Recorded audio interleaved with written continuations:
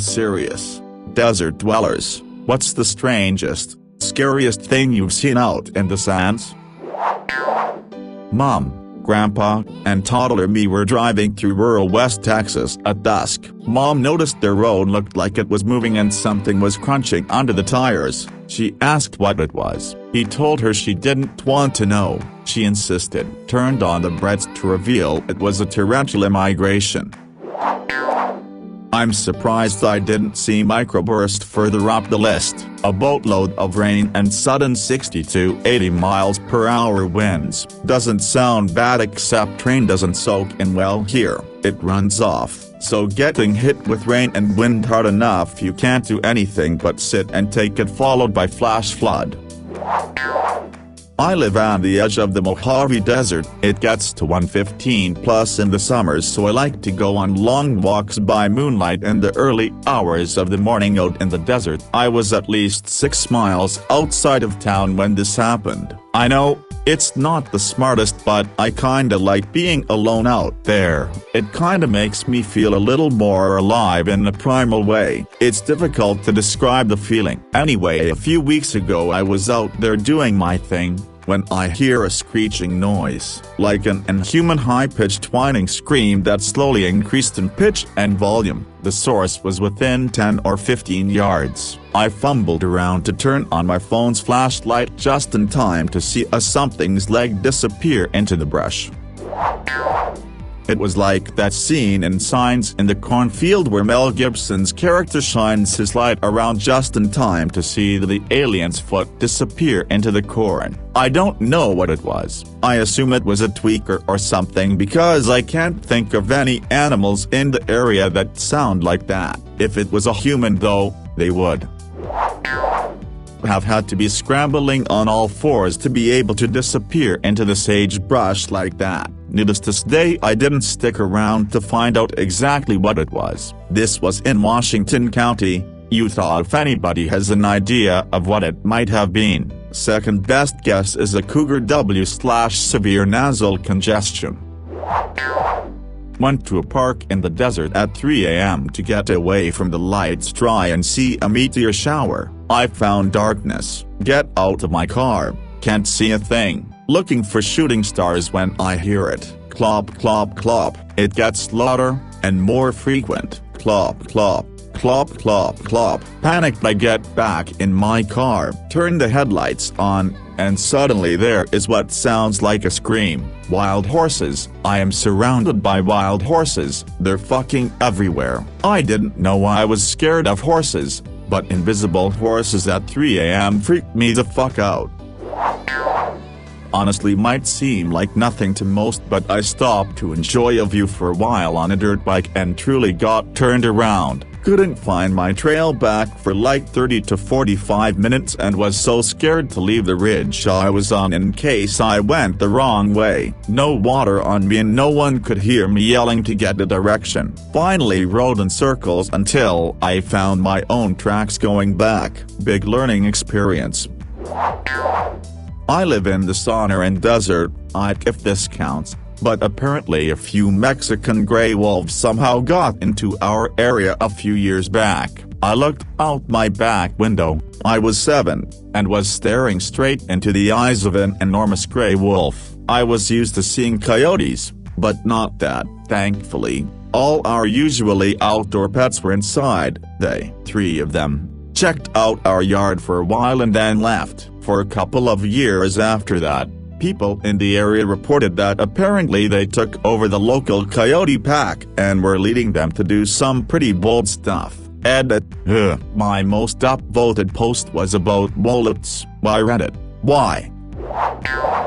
I was in the desert in southern Colorado, staying at the Great Sand Dunes National Park. There's a full view of the dunes from the campsites. It was really spectacular. I left my tent to go to the bathroom maybe 10 p.m. It was summer, so hadn't been dark for very long. When I looked out towards the dunes I saw what I can only describe as what looked like the circle of light an old, non-LED, flashlight makes if you were to hold it up to a wall. except it was huge and purple and more dim, as if the source of the light was very far away. I watched this giant circle of light cross horizontally over the dunes in a wavy motion and then it disappeared. I know that sounds bizarre. I've seen a lot of weird things in my life and this I have no explanation for. It wasn't an orb, it was seemingly flat against the dunes, and if it was being projected from a light source I couldn't see where it came from, or how it would be possible seeing as it covered about a quarter of the dune. I used to live near a little town by Red Rocks, NV. I was walking to town at 9:30 and I noticed a tall figure, around 6 feet, about 50 feet away give or take. They were in all black and carrying something black and shiny with one arm and a shovel in the other. I called my mom and she said that it was okay to crash at my friend's place for the night. Not in the sense but in the city. Got off my bus after work and was 3 feet away from a scared coyote next to a major intersection. My first instinct was to grab it to keep it out of traffic. Fortunately I didn't act on that one. It was rush hour on a Friday. That dude ran diagonally across 8 lanes and didn't get hit. I wished him well and hoped he found something delicious in the desert. I also drove past a stopped car near my house one night. Someone had hit a javelina going 40 miles per hour. Very sad, and I imagine they can fuck up your car pretty bad. Driving home one night, I looked up as I stopped at an intersection and saw a yellow light, exactly like the streetlights on the corner, but above them. Then, just as I was contemplating how that didn't look quite right, it disappeared like it was shooting off into the distance. Could have been nothing, could have been something. Aliens, stellar phenomena, hallucination. All I know is it was fucking weird and now I have a UFO story. My reaction was just that's a mystery that'll taunt me till I die, and then I turned and went home.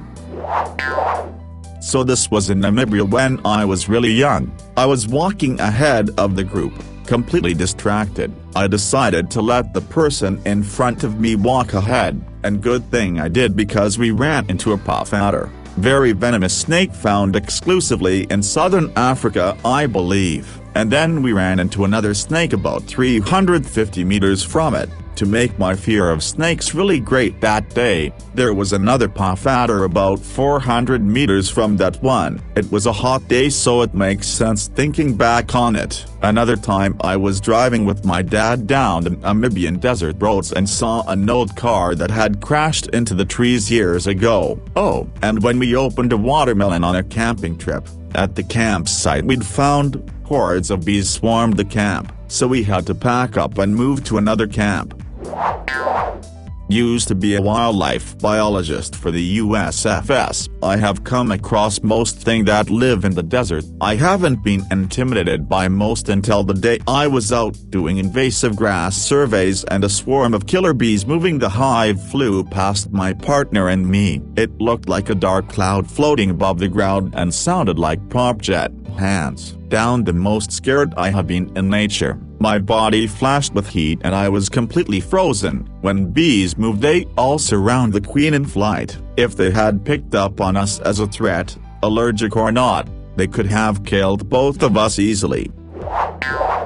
I want to consider frozen lakes kinda like desert sex. I was in the middle of the lake walking my dog on a clear but very windy day. The lake is huge and would take about 2 hours to cross, but I generally stayed near the middle of the lake. And one point, there was a large air pocket escaping from below but not in the usual way they burst up. They usually looked like mini volcanoes of ice, but this one looked like a larger cylinder rising out of the water. To be clear, there is no motion to these things as they slowly rise up over days and are usually 2 feet thick.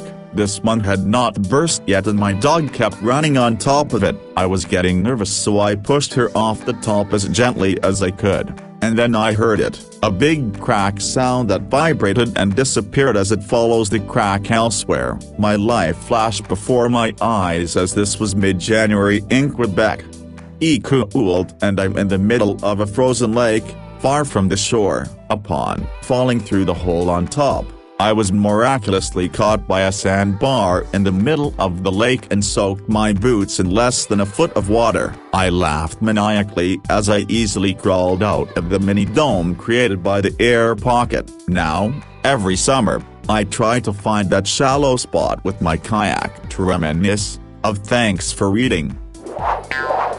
I used to live out in the Mojave, and my dad was taking us to the mall one day. We drove through Yermo, which is this tiny town. There's a whole bunch of abandoned houses out there, a really good diner called Peggy Sue's, a high school, and a ghost town attraction. Well, my dad wanted to show us the dry lake beds out there because we had never actually been on one before, so he drove out onto one, and it's about as exciting as you would imagine. Dry, cracked dirt. Well, we kept driving, and right before we were about to get on the road again, we came across something, and at first we couldn't tell what the hell it was, so we got out and went to look at it. It was a baby stroller completely decorated head to toe with ribbons, beads, pinwheels, flowers, gems, etc. Totally decked out, like imagine a Mardi Gras float but as a baby stroller. Not sure if it was the stroller of a baby that had passed away that was decorated in memoriam, or if it was an art piece,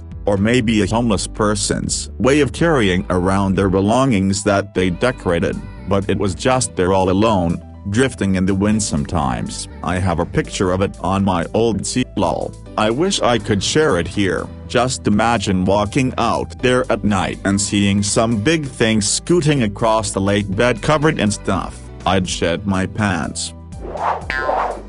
Desert enthusiast here. One night friends and I got to the desert for a 2-night camping trip. On the way there we were hit by heavy rainfall. By the time we got into the desert it was cool and damp. We ended up going for a walk in the dark, and at one point my friend says I can hear a snake. I say to him it just sounds like the wind. So he opens the flashlight, and right next to his feet there is a Palestinian viper curled up in a defensive pose. Snake has orange eyes under the light. Needless to say we were lucky no one trampled on the little one.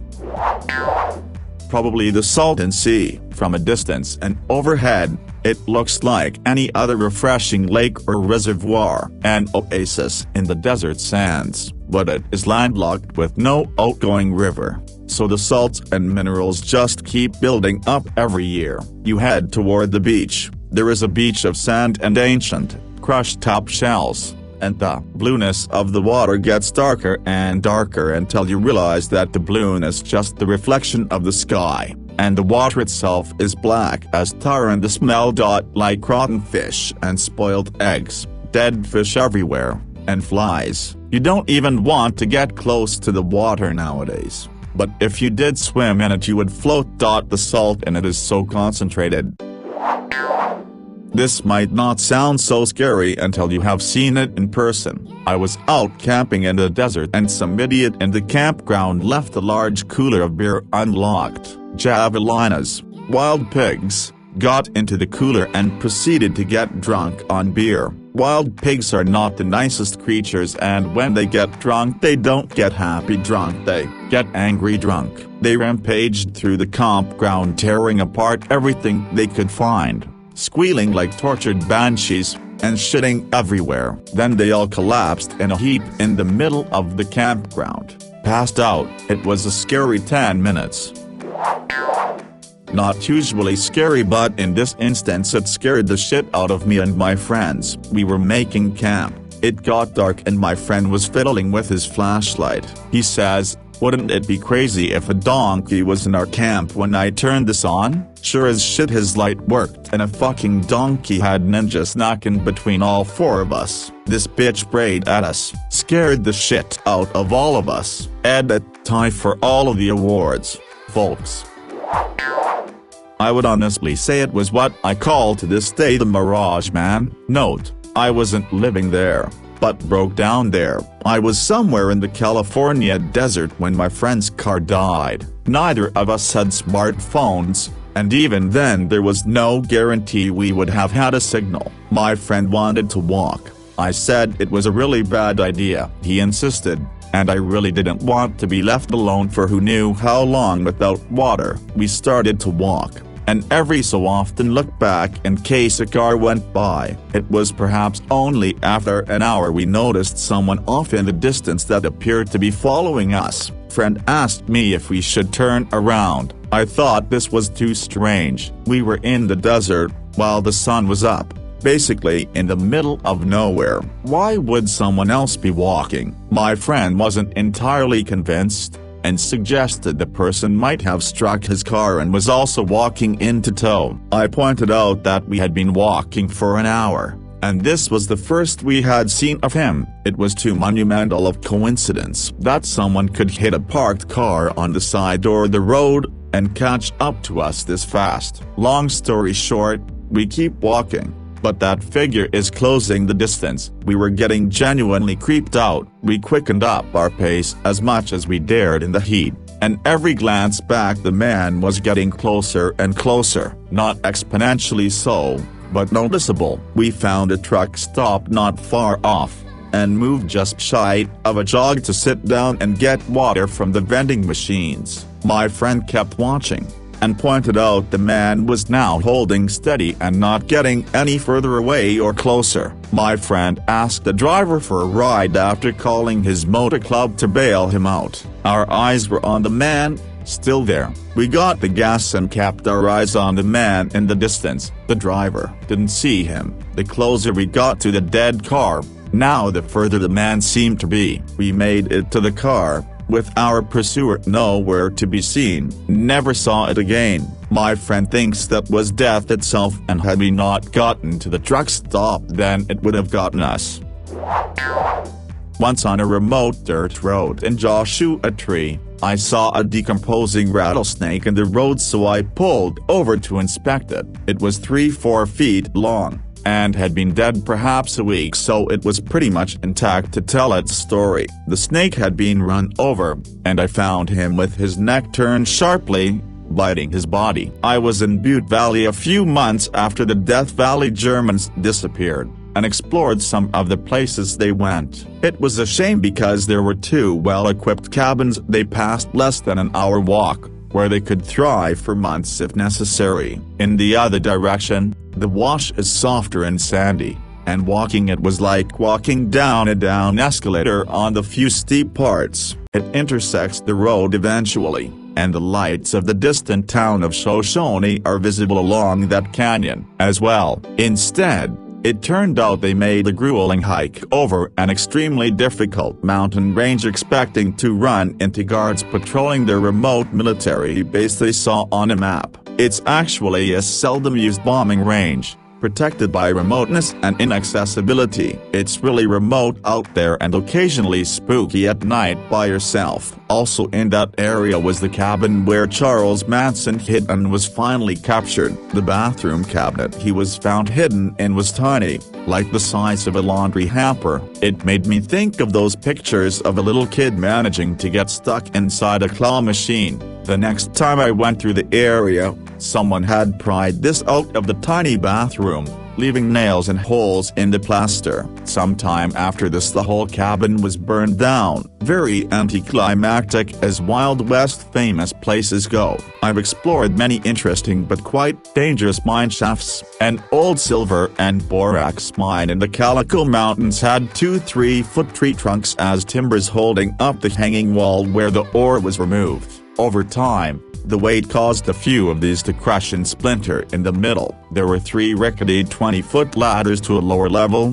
which had rails and a low 5 roof. One time I was taking my young teen nephews out to a remote but well-known desert canyon for a weekend of quadding and exploring. A ragged woman was walking down the road, which was almost a mile from canyon mouth to the paved road, not in distress, but apparently grown bored with whatever party was happening in the hills, and going to hitch a ride back to Barstow where the party favors are never running low. There was no room to drive around her, so I slowed down and stopped a distance away. She kept walking toward the motorhome at the same pace till she got to the bumper and stopped, staring at me with her ragged tweaker face. After a longish minute, when I was wondering if I was going to have to get out and move her so we could continue.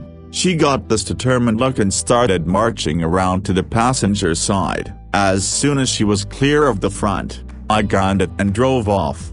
Before she could start trying the doors, it was the most unexpected place to encounter a stereotypical opportunistic urban junkie.